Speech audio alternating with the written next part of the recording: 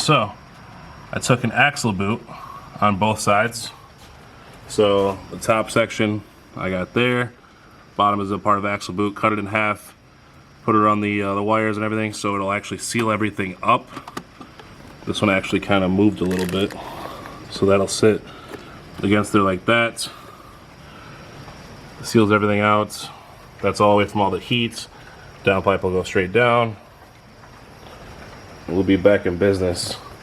The only thing I didn't actually wire up completely or secure completely is my line that goes to the manifold. I have a port that's there. The one for the blow-off valve, obviously I don't have any intercooler piping or anything yet. So that'll get cut and put to the blow-off valve. And then my intake air temp sensor, depending on if I'm going to put it down here or where I'm going to put it on the charge pipe, whatever it may be. Wherever I go with it, I'll cut it to length and secure it. But ECU box fits with the figs adapter and everything. I just had to cut one little section right there in order to get my throttle position sensor mounted. So we did that. Other than that, the box, I took out the little strip where all the connectors are. I wish I had this off, I could show you. So this is the ECU area right here on the factory on the IS.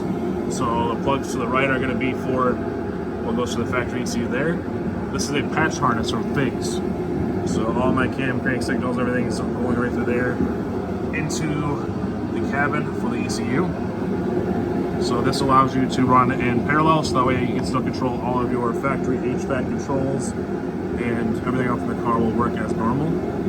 So normally right there where the blue connectors are, there's normally a strip there that all of those have a housing to sit into. I removed it and I cut down, you see right where it's white right here, that was solid all the way across. I cut out that middle section, still bolted in the ECU. So it still has all of the connections for the ECU there. It's not going to move anywhere, but now I can actually get this to come down so I can put the cover on it and close it. I have a nice OEM Plus look. Over here we have the blow-off valve vacuum hose. We have the intake air temp sensor, so that's kind of just sitting right here right now temporarily until after I have all of my intercooler piping and intercooler mounted, which I don't at this time. So that'll all be cleaned up. So once this is all finalized, all this will be tucked away nicely. ECU is going to be mounted right there. I have a actual piece that I had welded right there. Brace will go down in. And then there's boost knob there. And there's my rolling anti-lag and two-step. I actually wired up the radio, so that way I don't have to worry about having my e-brake up or anything.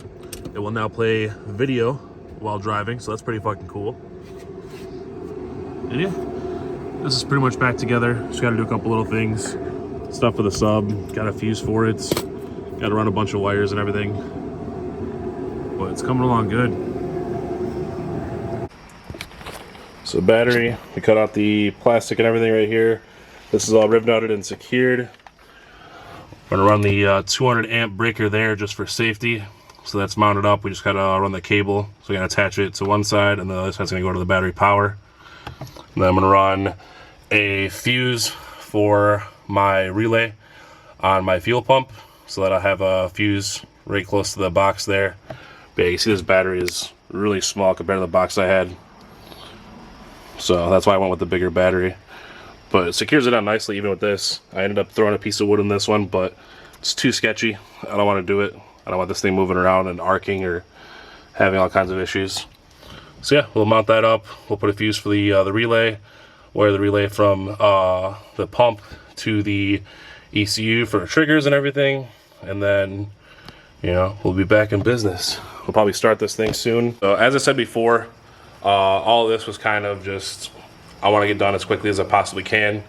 So I'll include all the pictures that I have. Any questions down below, feel free to ask. If you want to know how I did something, I am more than welcome to go ahead and hit me up on Instagram or whatever, and I'll kind of walk you through it, or I'll show you. I'll break it down and I'll take it off, whatever I got to do to make it easy for you. Because this is a very, very simple project per se, but to some of you it may not be. I deal with this kind of stuff every single day because this is what I do for a living. Other than fab work, getting a catch can and fluids, and then just wiring up that little stuff there, this thing's done. So other than, I have to get a body kit too. I'm thinking about going with KBD's releasing their brand new BN Sports style.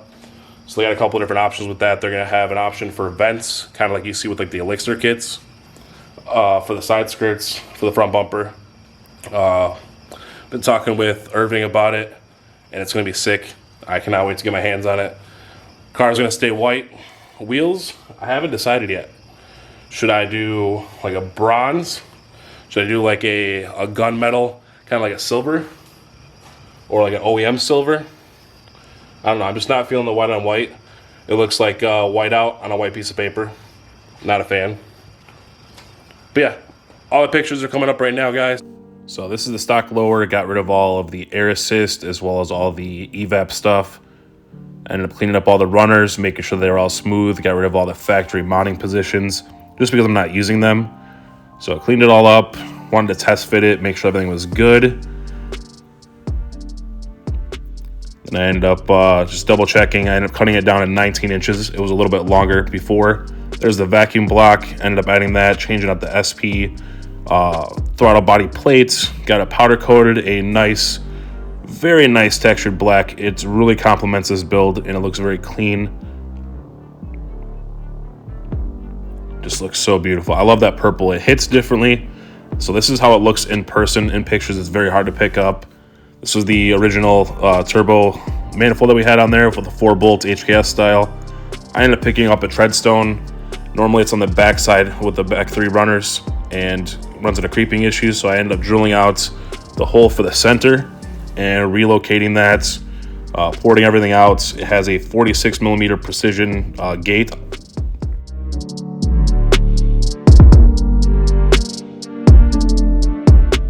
And I ended up going with a satin black on this. Just the black kind of complements everything. I wanted to do subtle purple just to kind of make everything pop. But as far as like the intake manifold and as far as the turbo manifold, it just looks really good black. So that's why I went that route. Here you can see the factory pipe right there for the coolant. I ended up modifying that, getting rid of the coolant that goes to the throttle body. Bay was disgusting while everything was out. I wanted to make sure I cleaned it all up. So you see a crazy difference. It's so much cleaner now. So I ended up going through and cleaning the whole car, washed everything down just because it was sitting for a while.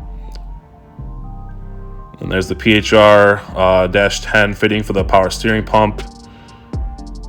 And then here you can see right above the starter there is my fuel pressure sensor as well as the fuel pressure regulator. Here's my MAC valve. Got some nice DEI wrapping right there so it stays away from the header, doesn't get hot, doesn't melt, and it doesn't touch the manifold at all. Here's everything all in the engine bay, kind of getting everything set up. Decided to do a battery relocate just because of the catch can location. I'm gonna choose, got that all mounted up back there. Carpet fits, everything's cut to fit perfectly. So nice like OEM Plus look. There's the ECU mounted up. And it's actually really cool. I got this from my buddy Jack. It goes where the factory airbag goes, so it covers up. Never know it's there.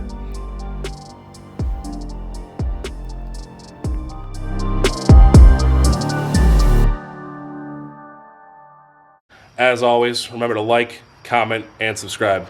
Peace.